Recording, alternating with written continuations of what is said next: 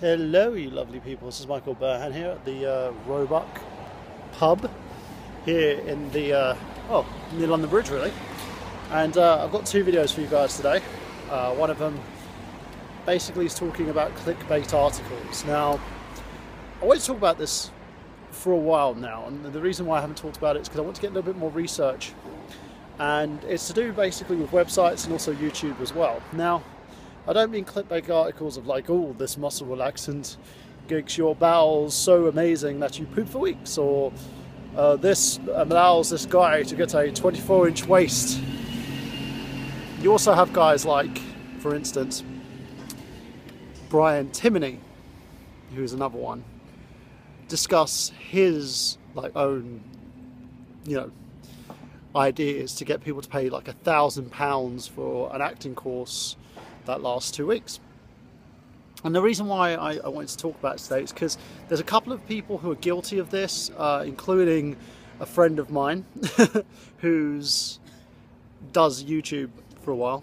I won't go too much into details as to what he's done, because there's a video at the bottom here that tells you about it by a guy by the name of StarKiller, who's pretty much Alpha Omega Sin. The guy is who Alpha Omega Sin was. He's a guy who sticks up for the little guy. He talks about issues and discusses them in a rather, I wouldn't say in an intellectual way, but more colourful language, kind of the same way that Alpha does. And they're pretty much, they use the same kind of style. And he was discussing this about a officer who, basically was shot at a local GameStop and died. And the GameStop employees, I believe it was the manager of the store or it was GameStop themselves, are paying his family a big compensation of like 50 grand to the officer in question. The thing he didn't like and that he pointed out about the situation was Alpha Omega Sin used that as a way to promote bad research, which was one of the things, and produce a kind of a clickbait YouTube video, is what he says, about this officer. Now, I've watched the Alpha video as well, and I do agree with him. I do agree with Starkiller on the fact that he basically probably read an article somewhere and just went, oh, I got to quickly promote this, and then gave a load of things that he felt were true, in order to be the first one to put this video out and monetize the video and get people to click on the video so you can get as many views as possible. It happens with a lot of YouTubers. You've got guys like Angry Joe who's done it. I know a lot of people have gone aggressively about his Witcher 3 video that he put out because of the fact that he was paid to actually attend a session with the company, which led his view to become a biased review. And it's true. You get games from companies, and if you get any freebies, sometimes you may actually not give 100% in terms of what you've done. I used to do a lot of reviews on this channel, and my reviews have always been 100% honest, because whenever I said to a company about giving me free copies, I will give you a review that actually talks about the mechanics of the game, it talks about the visuals of the game, it talks about the audio of the game as well, including the music and the soundtrack, and also the difficulty, and tells you whether or not you'll like the game or you won't like the game. That's me, and I'd always give it a rating between a 1 and a 5. That's what I used to do before the channel kind of transitioned to what it is now, due to circumstances that you guys already know about, so I don't have to go on about that.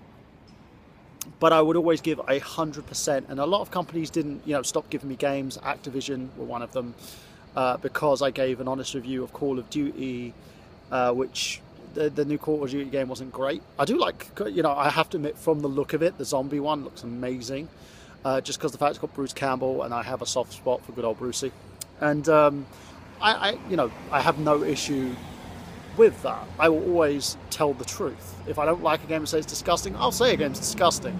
If I say a game is great, I would say a game was great. But I would never let anything reflect my viewpoint. Now, back to the whole clickbait thing.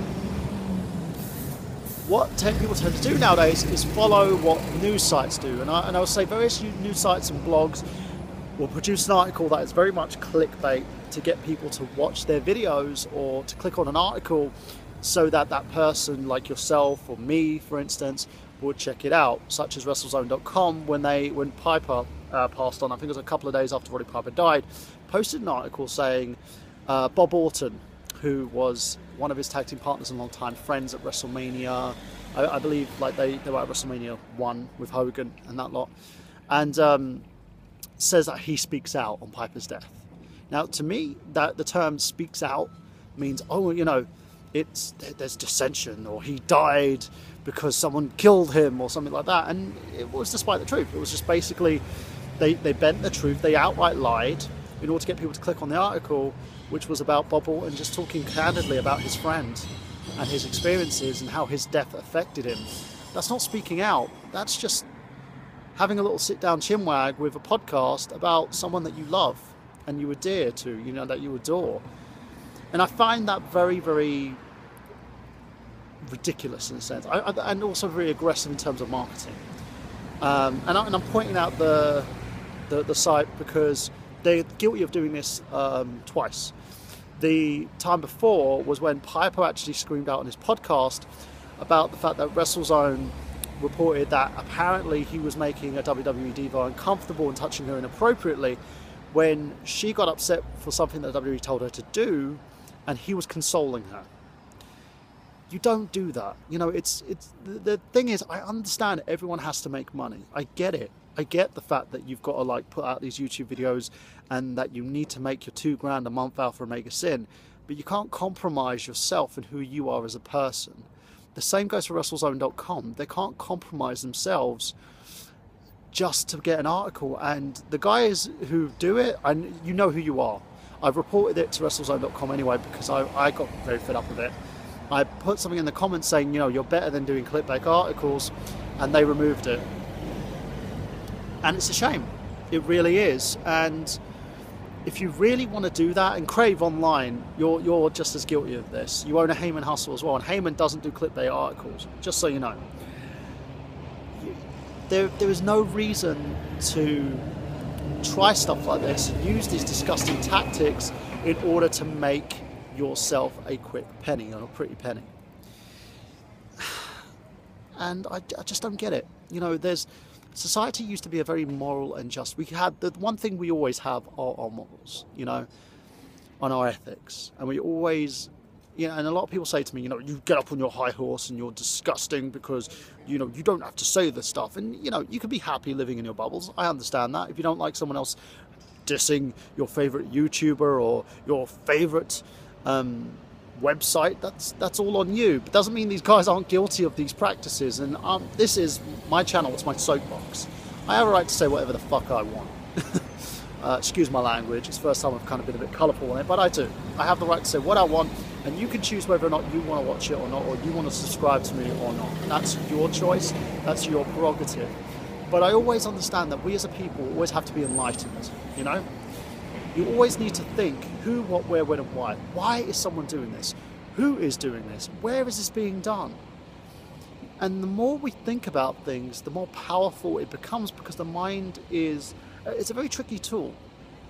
It's something that you can always keep active, you always keep it hydrated, and you always keep you thinking and understanding things. And the more we understand about something, the more we kind of catch on to when something's not right.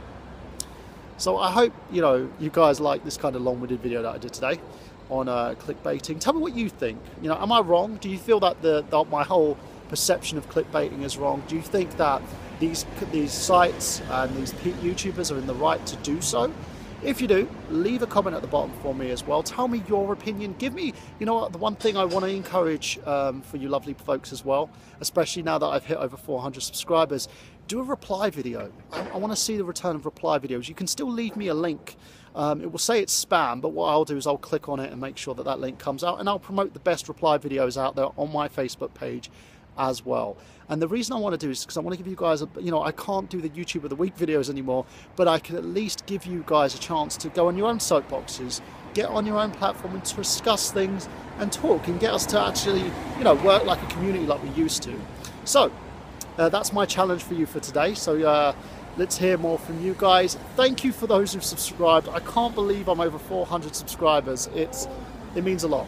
It really does, for a guy who's basically out on the streets living on a tent, talking to you via his iPhone and just trying to get by in life. You know, it's crazy actually thinking that over 400 people subscribe to my stuff, and over thousands and thousands of people watch my videos sometimes. It means a lot. It really does. And thank you to each and every one of you. Thank you from the bottom of my heart. So this is Mike saying I will see you again in another video. Check back soon.